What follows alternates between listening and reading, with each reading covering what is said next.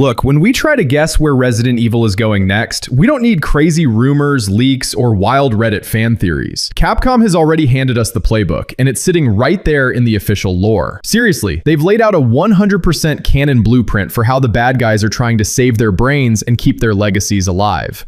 Let's break it down. The backbone of this whole thing comes from the original Umbrella boss himself, Oswell E. Spencer. If you find Spencer's Research 2 inside the ARC facility, Spencer straight up complains that it's a tragedy when exceptional leaders die and lose all their experience. His solution? Use the T-virus to manipulate factors in the blood and copy-paste those memories into a brand new vessel. Sounds like typical mad scientist rambling, right? Except it actually works. This isn't just an abandoned science project. Albert Wesker actually proved Spencer's math was right. In the official events of Resident Evil Revelations 2, she successfully backed up her entire brain, consciousness, memories, everything, and downloaded it into the mind of a little girl, Natalia Corda. Whether Alex's mind is just taking a dormant nap in there or getting ready to run the show, brain swapping is a certified biological reality in the Resident Evil universe. This brings us right to the shady crime syndicate, the Connections, and the events of Requiem. They have a high-ranking guy named Zeno. Now, Zeno is a blonde dude who looks exactly like Albert Wesker, has the shades, and rocks those exact same crazy superhuman powers. But is he a perfect Wesker 2.0? Not even close. Zeno spends the whole game hunting down Elpis, thinking it's a mind control ultimate weapon. But when he finally injects it, surprise! It's actually a super antiviral cure. It instantly strips away his powers and leaves him totally human. To make matters worse, his former partner, Dr. Victor Gideon, turns on him, straight up calling Zeno a cheap imitation before taking him out. And Gideon was right. Zeno was a knockoff. He didn't need Wesker's serum, but his body was already breaking down with those gross black Raccoon City syndrome markings on his skin. When you ignore the fan rumors and just look at the raw data Capcom gave us, the trajectory is undeniable. Spencer did the paperwork on how to transfer memories through blood. Albert Wesker actually pulled it off with a human vessel. The Connections are out here engineering imitation bodies to house these masterminds, even if those bodies turn out to be a bit unstable. The files are crystal clear. Umbrella's biggest villains were never truly buried. They're just trying to back up their brains to the cloud and clone a new ride. The bad guys aren't dead. They're just waiting for a software update.